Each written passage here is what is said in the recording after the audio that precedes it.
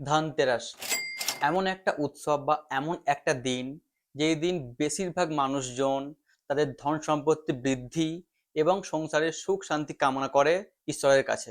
এই দিন যাদের সামর্থ্য আছে তারা সোনা কিনে আনে বাড়িতে, বা কেউ কেউ আছে রূপো কিনে আনে বাড়িতে। আর যাদের সামর্থ্য নেই তারা সন্ধেবেলা ঝাড়ু কিনে বাড়ি ফিরে। যাই হোক, অনেক হলো সোনা কেনা, রূপো কেনা কিংবা ঝাড়ু কেনা, কিন্তু যেটা ধনতেরাসের মেন উদ্দেশ্য আমাদের ধন সম্পত্তি বৃদ্ধি, সেটা হলো কি? হয়নি তো? হবে কিভাবে? ধন সম্পত্তি বৃদ্ধির জন্য যেই জায়গাগুলোয় ইনভেস্টমেন্ট করার প্রয়োজন, 95% মানুষ সেই সব জায়গাগুলোতেই তো ইনভেস্টমেন্ট করে না। তো চলো আজকে আমি একটু চেষ্টা করি তোমাদের সম্পত্তি বৃদ্ধি করানোর। হ্যালো বন্ধুরা, আমি রাকেশ। আজকের এই ভিডিওয় আলোচনা করব এইবারে ধনতেরাসে তোমরা সোনা রূপোতে ইনভেস্টমেন্ট না করেও অন্য কোন কোন ইনভেস্টমেন্ট অপশনগুলোই ইনভেস্টমেন্ট করতে পারো এবং নিজেদের জীবনে পরিবর্তন ঘটাতে পারো। ছোটবেলা থেকে আমরা শুনে আসছি ধনতেরাসের দিন সোনা কিনে বাড়িতে আনতে হয়, রূপো কিনে বাড়িতে আনতে হয়, এবং কিছু কিছু মানুষ এইগুলো ফলোও করে। তারা ধনতেরাসের দিন কিছু না কিছু ইনভেস্টমেন্ট সোনা কিংবা রূপোতে করেই থাকে।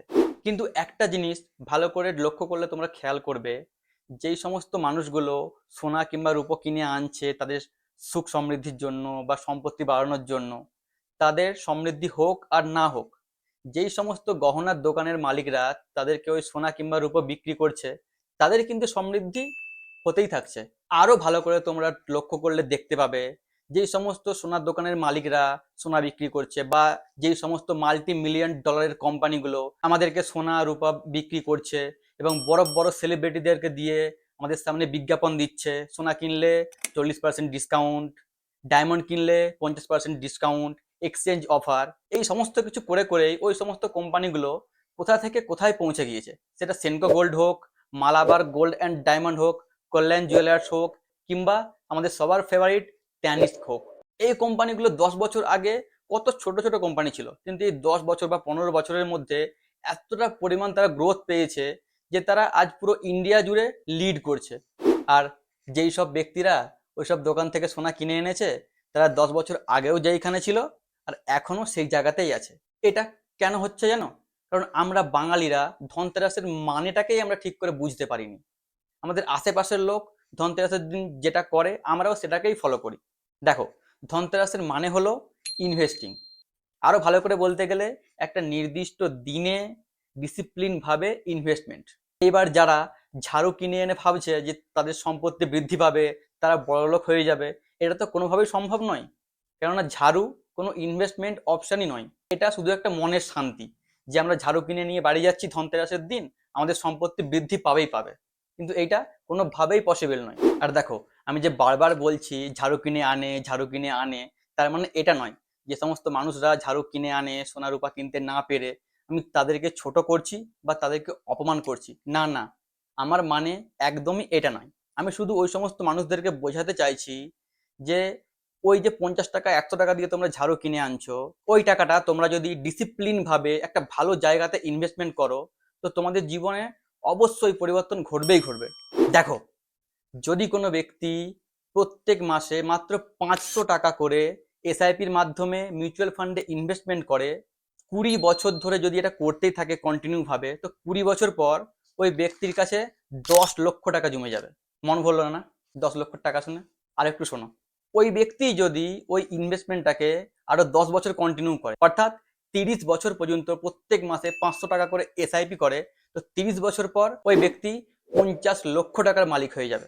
আরো একটু শোনো, ওই ব্যক্তি যদি আর 5টা বছর ওইটা কন্টিনিউ করে ফেলে, তো 35 বছর পর ওই মাত্র 500 টাকা প্রত্যেক মাসের অ্যামাউন্টটা 1,20,00,000 টাকা হয়ে দাঁড়াবে, যেটা ওই সাধারণ ব্যক্তি সারা জীবন সেভিং করে কোনো দিনই জমাতে পারতো না। এটাই হলো ইনভেস্টিং এর পাওয়ার। তো আমি বলবো, ঝাড়ু কিনে এনে ভগবানের ভরসায় বসে না থেকে ওই ঝাড়ু কেনার টাকাটাই তোমরা যে কোনো মিউচুয়াল ফান্ড কোম্পানিতে ইনভেস্ট করো।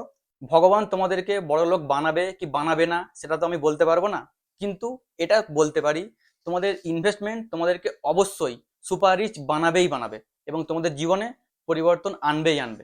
চলো, এই ভিডিওতে তোমাদেরকে আরো একটা ভালো স্ট্র্যাটেজি শেয়ার করি। এই দিওয়ালিতে দেখবে অনেক মানুষ নতুন নতুন শপিং করছে, জামা কাপড় কিনছে। কেউ কেউ আছে তাদের বাড়িতে নতুন করে রং করাচ্ছে। আবার কেউ কেউ দেখবে নতুন মোবাইল কিনে আনছে। আর যাদের কাছে একটু টাকা বেশি আছে তারা গাড়ি কেনার কথা হয়তো ভাবছে। যেই সমস্ত ব্যক্তিরা এবছরের দেওয়ালিতে নিজের বাড়িতে রং করাবেন বলে ভাবছেন, ওনাদের উদ্দেশ্যে একটাই কথা বলি, দেখুন, আপনি যেই ব্র্যান্ডের রং দিয়েই আপনার বাড়িতে রং করান না কেন, সেটা এশিয়ান পেন্টস হোক, বার্জার পেন্টস হোক কিংবা জিএসডাব্লিউ পেন্টস, আপনারা যেই কোম্পানির রং দিয়ে নিজের বাড়ি পেন্ট করাবেন, যদি সম্ভব হয় কিছুটা অ্যামাউন্টের ওই কোম্পানির শেয়ার কিনে রাখুন। হ্যাঁ, ওই কোম্পানির শেয়ার কিনে রাখুন।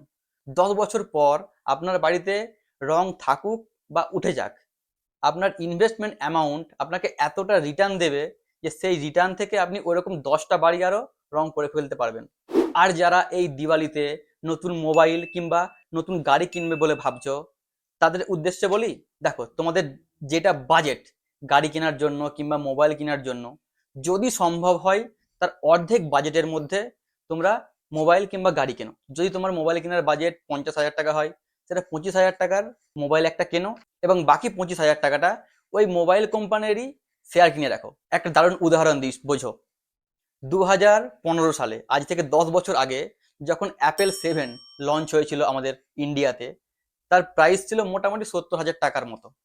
ওই সময় যদি কোনো ব্যক্তি ওই টাকা দিয়ে iPhone 7 না কিনে ওই টাকা দিয়েই অ্যাপেলের শেয়ার কিনে রাখতো, আজ 10 বছর পরে এসে 2025 সালে এসে iPhone 7-এর ভ্যালু তো পুরোপুরি জিরো। আমি তো কাউকে দেখতেই পাই না যে iPhone 7 ইউজ করছে এই টাইমে বসে। কিন্তু ওই টাইমে শেয়ারের যা ভ্যালু ছিল, এই টাইমে সেই অ্যামাউন্টটা কত হতো জানো? এই 70,000 টাকার ভ্যালু এই সময় হয়ে দাঁড়াতো প্রায় 7 লক্ষ টাকা, যেটা দিয়ে তোমরা একটা আইফোনও কিনতে পারতে এই সময় দাঁড়িয়ে, 17 Pro Max, এবং একটা গাড়িও কিনতে পারতো ওই টাকা দিয়ে।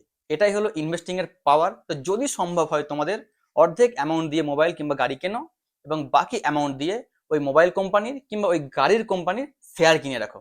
এটা তোমাকে ফিউচারে এমন একটা রিটার্ন দেবে যেটা দেখে তোমরা আশ্চর্য হবেই হবে। এইবার শেষে বলি ওই সমস্ত মহিলাদের উদ্দেশ্যে যারা এই দিওয়ালিতে জুয়েলারি কিনবেন বলে ভাবছেন, দেখুন, গোল্ডের প্রাইস এখন অনেকটাই ওভার ভ্যালু।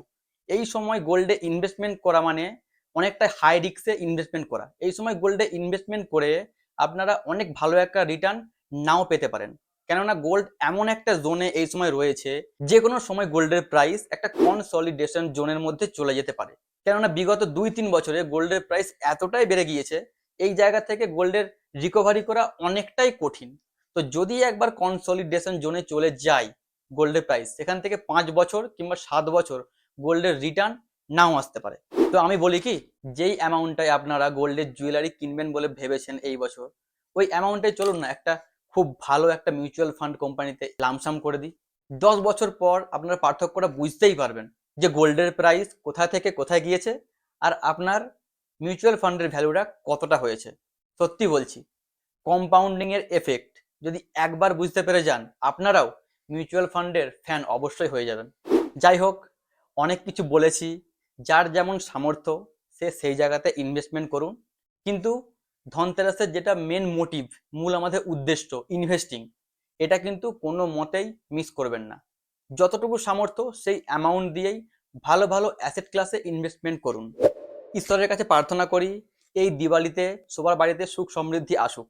তো বন্ধুরা, হ্যাপি দিওয়ালি আজকের জন্য। Bye bye.